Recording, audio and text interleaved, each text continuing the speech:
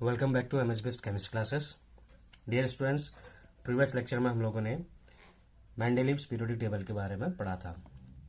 आज हम लोग मॉडर्न पीरियोडिक टेबल के बारे में पढ़ेंगे और इस long form of periodic table भी बोलते हैं इस मॉडर्न पीरियोडिक टेबल को।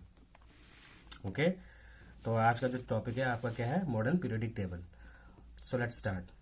देखिए होता क्या है कि जब मेंडलीव ने अपना पीरियोडिक टेबल दिया था, जैसे कि आपको प्रीवियस लेक्चर में बताया था, तो उनकी कुछ लिमिटेशंस थी। उनकी 2-3 लिमिटेशंस थी जो बहुत इंपॉर्टेंट थी, जिनकी वजह से बाद में 1913 में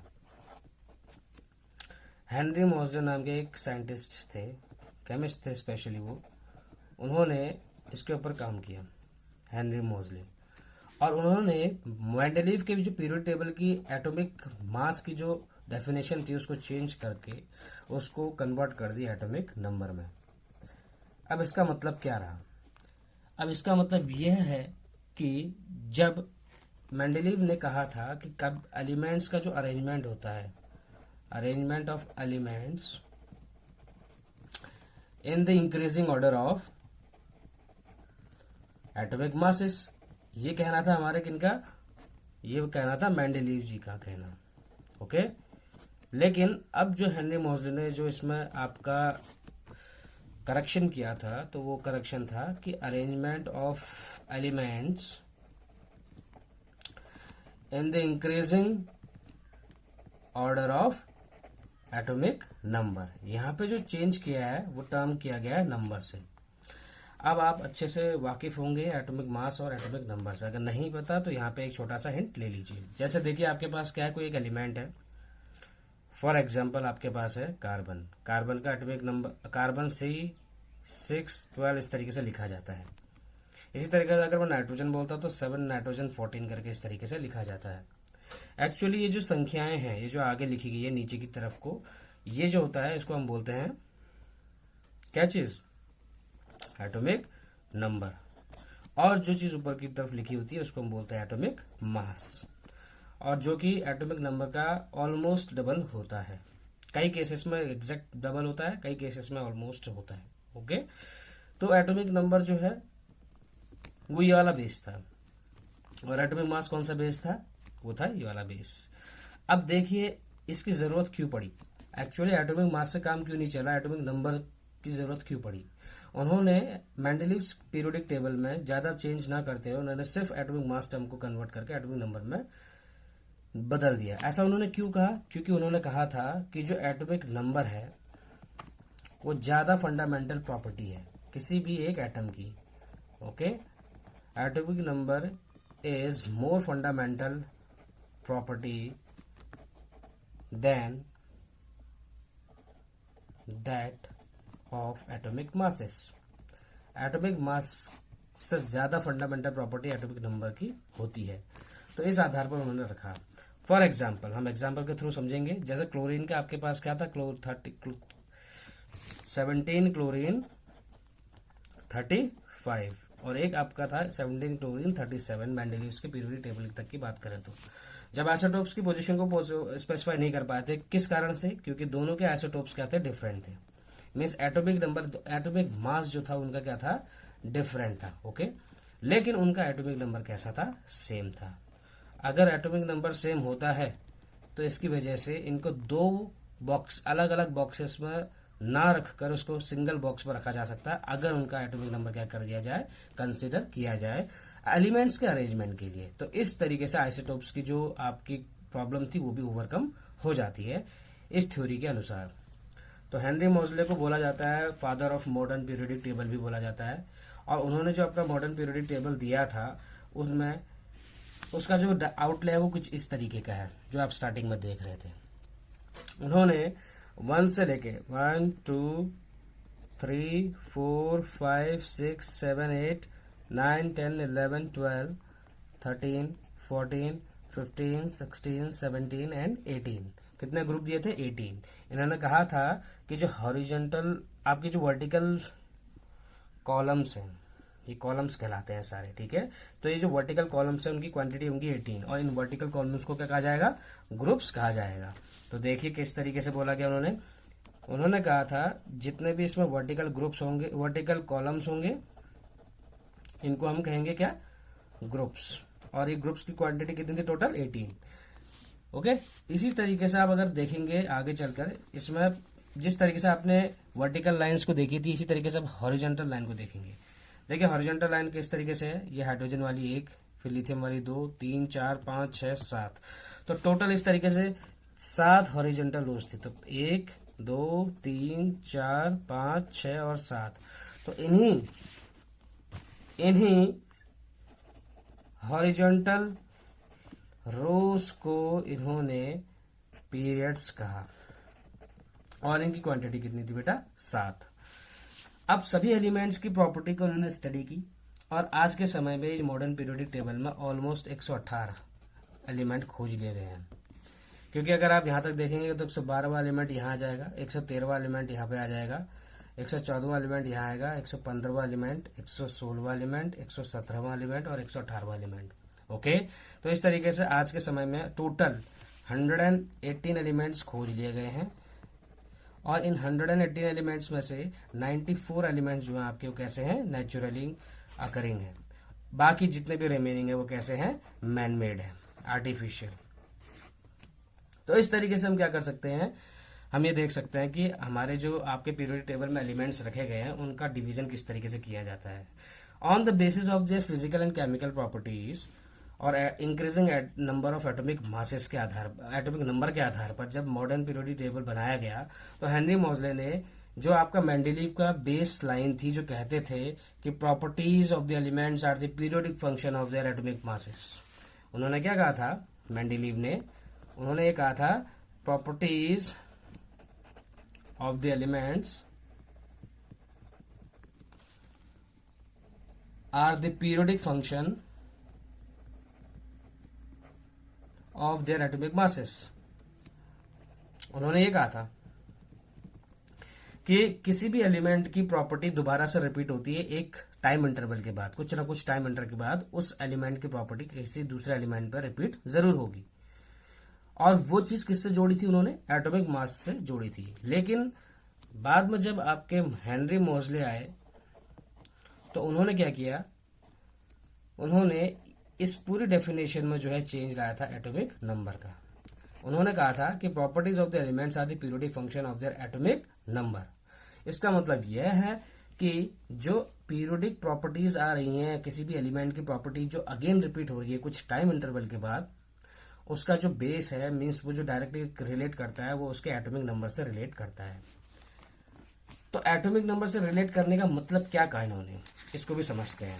हेनरी मोजले के अनुसार जब उन्होंने कहा था कि एटॉमिक नंबर को बेस मानते हुए चलेंगे और एलिमेंट्स का अरेंजमेंट हम increasing order of atomic number लगाएंगे, तो इस तरीके से करने से क्या है, उनके पास एक पीरियोडिक टेबल बन के सामने आया। ओके। उसमें ग्रुप्स ऑफ पीरियड्स के बारे में उन्होंने बताया। एक्चुअली उनका कहना यह था कि जो एटॉमिक नंबर होता है वो क्या जानकारी देता है, it gives idea about number of protons. Okay. और उन्होंने क्या कहा था, ऐसी कई सारे धारणाएं निकाली थी इन्होंने इस पीरियोडिक टेबल को देखते हुए। उन्होंने ये कहा था कि पीरियोडिक टेबल में जब भी कभी हम डाउन द ग्रुप जाएंगे, इस एरो को हम बोलते हैं डाउन द ग्रुप। ओके। या हम इसको बोल सकते हैं top to down, top to bottom, ऐसा बोल सकते हैं। ओके।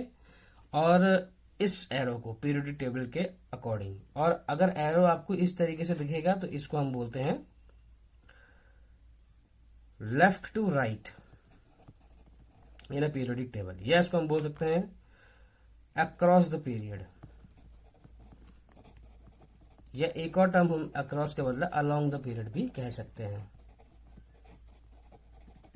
तो आप इन टर्म्स को जानने सबसे पहले आपको जब आप डाउन एरो या फिर ऐसी बात कही होगी डाउन द ग्रुप करके बोलते हैं इस पैटर्न को, और इस पैटर्न को हम बोलते हैं लेफ्ट टू राइट, या फिर हम बोल सकते हैं across the period, along the period बोलते हैं। ये टर्म आपको जो है अभी पीरियोडिक टेबल की कुछ प्रॉपर्टीज है जिनको हम ट्रेंड्स बोलते हैं, उनमें आप पढ़ोगे। इससे पहले आपको एक नॉलेज दे दें, ट्रेंड्स पढ़ने से पहले आप जानते हैं कि एक आपके पास एलिमेंट है, उसका न्यूक्लियस है, और उस न्यूक्लियस में आपको इस तरीके से क्या है, इसके एनर्जी शेल्स बने हुए हैं। और इन एनर्जी शेल्स को आप जानते हो किससे इंडिकेट किया था, के, एल, एम और एन से इंडिकेट किया जाता है। आपने पढ़ा है कि ये सभी के सभी क्या होते हैं, शेल्स होते हैं, एनर्जी शेल्स, या हम एनर्जी लेवल बोलते हैं। के को अगर 1 मानते हैं, second shell, third shell and fourth shell and so. Okay, तो आप जानते हैं इनमें यह है आपका एलिमेंट, क्या चीज़ है बेटा, यह है आपका पीरियड, जी किस पीरियड में है, इस तरीके से समझ के चले आप। First period, second period, third period, fourth period, इस तरीके से। ओके, अब मैं इनके किस पीरियड में कितने एलिमेंट है वो भी काउंट करके आपको बताऊंगा कि किस तरीके से एटॉमिक नंबर की वजह से जो एलिमेंट्स का जो अरेंजमेंट हुआ मॉडर्न पीरियड टेबल में ज्यादा कारगर रहा। तो कैसे होगा, इसमें आपका पीरियड को 1 माना है, 2, 3, 4 इस तरीके से लगातार चलता रहेगा, और एलिमेंट उन पीरियड्स में कितनी क्वांटिटी में होंगे। तो इसके लिए एक फॉर्मूला है 2n²। यहाँ पे n की जो वैल्यू है वो आप नंबर ऑफ पीरियड या फिर नंबर ऑफ शेल की वैल्यू रखेंगे। फॉर एग्जाम्पल, अगर आप k की वैल्यू 1 के लिए निकालना चाहते हैं तो 2n² में वैल्यू पुट करेंगे तो क्या निकलेगा बेटा, ये निकलेगा 2 इंटू पीरियड 1 है, 1 का स्क्वायर, तो 2 1 2। तो इसका मतलब ये हो गया कि फर्स्ट पीरियड में आपके 2 एलिमेंट्स होते हैं। अब आपको ये फर्स्ट पीरियड में कितना हो गया आपके पास, फर्स्ट पीरियड में 2 एलिमेंट्स होते हैं। चलिए एक एक कर पहले 2-3 निकाल लेते हैं, उसके बाद हम इसको कोरिलेट करेंगे। अगर k की वैल्यू 1 लिखी है और l की वैल्यू 2 है तो इसके लिए कैसे निकलेगा, 2n² में इसकी वैल्यू पुट कीजिए तो कैसे निकलेगा, 2 इंटू 2², 2 2 4, 2 8। इसका मतलब सेकेंड पीरियड में 8 एलिमेंट्स आपके होंगे। तो इस तरीके से जो होता है कंटिन्यू, उन्होंने बताया था कि 1 2 3 4 5 6 7 पीरियड्स होते हैं, तो उनमें 2 8 8 18 2 8 8 18 32 32। ओके, 2 8 8 18 18 32 32 इस तरीके से एलिमेंट्स जो होते हैं अरेंज्ड होते हैं। फर्स्ट पीरियड में आपके जितने भी एलिमेंट्स अरेंज होंगे 2, सेकंड पीरियड में कितने एलिमेंट्स अरेंज होंगे 3, और थर्ड पीरियड में 8। अब इसीलिए आपको पीरियड और ग्रुप का नॉलेज होना बहुत जरूरी है। पीरियड का मतलब हो गया हॉरिजॉन्टल रोज और ग्रुप का मतलब हो गया वर्टिकल कॉलम्स। तो इसका मतलब ये हो गया फर्स्ट पीरियड में 2 एलिमेंट्स हैं। चलिए हम क्रॉस चेक करते हैं। यह है आपके पास मॉडर्न पीरियोडिक टेबल, और मॉडर्न पीरियोडिक टेबल के अनुसार आपके सारे एलिमेंट्स इस तरीके से अरेंज किए गए हैं। अब आप इसमें देख के बताइए कि फर्स्ट पीरियड में कितने एलिमेंट्स हैं। आपने देखा फर्स्ट पीरियड ये है, और फर्स्ट पीरियड में पहला एलिमेंट ये है और दूसरा एलिमेंट हीलियम है। इसका मतलब ये जो आपका एटॉमिक नंबर का बेस था बिल्कुल सही है। इसी तरीके से आपने देखा भी निकाला था कि सेकंड पीरियड में, देखिए आपने ये निकाला था कि सेकंड पीरियड में 8 एलिमेंट होते हैं। तो उसको क्रॉस चेक करते हैं। सेकंड पीरियड में 8 एलिमेंट है, first second third fourth fifth six seventh 8, तो 8 एलिमेंट टोटल क्या है हमारे सेकंड पीरियड में एग्जिस्ट करते हैं। इसी तरीके से थर्ड पीरियड में भी 8 होंगे, 1 2 3 4 5 6 7 8। और फोर्थ पीरियड में आपके जो है जिस तरीके से आपने निकाला था, फोर्थ पीरियड में भी आपके 18 एलिमेंट्स होंगे। तो 18 एलिमेंट्स काउंट करके देखते हैं, 1 2 3 4 5 6 7 8 9 10 11 12 13 14 15 16 17 एंड 18। तो 18 एलिमेंट्स आपके फोर्थ पीरियड में होते हैं। इस तरीके से लगातार आप जान गए हैं कि किस तरीके से मॉडर्न पीरियोडिक टेबल जो आज के आधार पर व्यवस्थित है एटॉमिक नंबर के बढ़ते हुए क्रम में जब एलिमेंट्स को अरेंज किया जाता है, तो ऐसे में हमें क्या मिलते हैं कि केमिकल फिजिकल प्रॉपर्टीज का जो रिपीटेशन होता है एक समय अंतराल के बाद होता है। इसी को हम पीरियोडिसिटी भी कहते हैं। क्या बोलते हैं, पीरियोडिसिटी भी बोला जाता है। कभी कभी ये पूछ लिया जाता है आपके एग्जाम्स में कि पीरियोडिसिटी से क्या मतलब समझते हैं आप। तो पीरियोडिसिटी का मतलब होता है the property of the repetition या of the repetitive property of the element after a certain regular time of interval. कुछ समय अंतराल के बाद जब किसी एलिमेंट की प्रॉपर्टी लगातार रिपीट होती रहती है तो उसी को हम क्या कहते हैं, पीरियोडिसिटी। पीरियोडिसिटी मतलब होता है टाइम इंटरवल की बात कही गई है यहाँ पे। तो एक टाइम इंटरवल के बाद क्या होगा, वो एलिमेंट की जो प्रॉपर्टी होगी वो रिपीट होती रहेगी। तो इस तरीके से हम क्या कर सकते हैं, मॉडर्न पीरियोडिक टेबल को समझ सकते हैं। तो हमारे पास कुछ बेसिस हैं, जैसे कि हमने बताया आपको ट्रेंड्स पढ़ने से पहले हमें पता चल गया कि कौन से पीरियड में कितने एलिमेंट्स पाए जाते हैं और कौन सा शेल को पीरियड और एलिमेंट को किस तरीके से इंडिकेट किया जाता है। ऐसे ही आपको बताया कि डाउन द ग्रुप और लेफ्ट टू राइट जाने पर एरो का क्या निशान होता है, ओके, सिंबल। इसी तरीके से आपको मैंने यहाँ पे अभी थोड़ी जानकारी आइसोटोप्स की बता दी थी कि किस तरीके से एटॉमिक मास की वजह से आइसोटोप्स का पोजीशन प्लेस नहीं स्पेसिफाई नहीं हो पा रहा था, लेकिन एटॉमिक नंबर होने की वजह से आइसोटोप्स की पोजीशन को स्पेसिफाई कर दी गई। तो इस तरीके से देखिए, अगर क्लोरीन का एग्जांपल लेते हैं तो क्लोरीन यहाँ पे 2 आइसोटोप्स में एग्जिस्ट कर रहा था, 2 रूपों में एग्जिस्ट कर रहा था अगर एटॉमिक मास का बेस लेते तो। लेकिन हमने अभी आधार कौन सा लिया है, एटॉमिक नंबर, तो एटॉमिक नंबर दोनों का सेम है, तो इसका मतलब ये एलिमेंट जो होगा वो क्या होगा, यही 17 इंडिकेट कर रहा है नंबर ऑफ प्रोटॉन। तो अगर हम पहले से स्टार्ट करेंगे पीरियोडिक टेबल में और 17th एलिमेंट पे जाके स्टॉप करेंगे तो आपको क्लोरीन मिलेगा, और वहां पे क्लोरीन, दोनों क्लोरीन एक साथ रखे होंगे और एक ही रूप से रखे होंगे जब इसका एवरेज निकाला जाता है। तो देखिए कैसे होता है, यहां से काउंट करते हैं 1 2 3 4 5 6 7 8 9 10 11 12 13 14 15 16 एंड 17। देखिए 17 में क्लोरीन आपका एग्जिस्ट करता है। तो एटॉमिक नंबर के बेस पर एलिमेंट्स को स्पेसिफाई कर पाना ज़्यादा आसान रहा। इसके अलावा इसमें फर्दर स्टडी जो की थी वो एक साइंटिस्ट थे, नील बोर का नाम आपने सुना होगा, उन्होंने एक्सटेंड की थी इस स्टडी को। फर्दर स्टडी की अगर कभी बात पूछते हैं तो नील बोर ने की थी, आपको ये तो पता होना चाहिए। इसी तरीके से, और ये जो आपका मॉडर्न पीरियोडिक क्लास जो क्लासिफिकेशन था, ये आधार जो था आपका वो increasing number of atomic number के बेस पर था, और ये चीज़ समझनी आपकी बहुत ज़रूरी थी। यह आपका इस टॉपिक का बेस हमने आज पढ़ा है।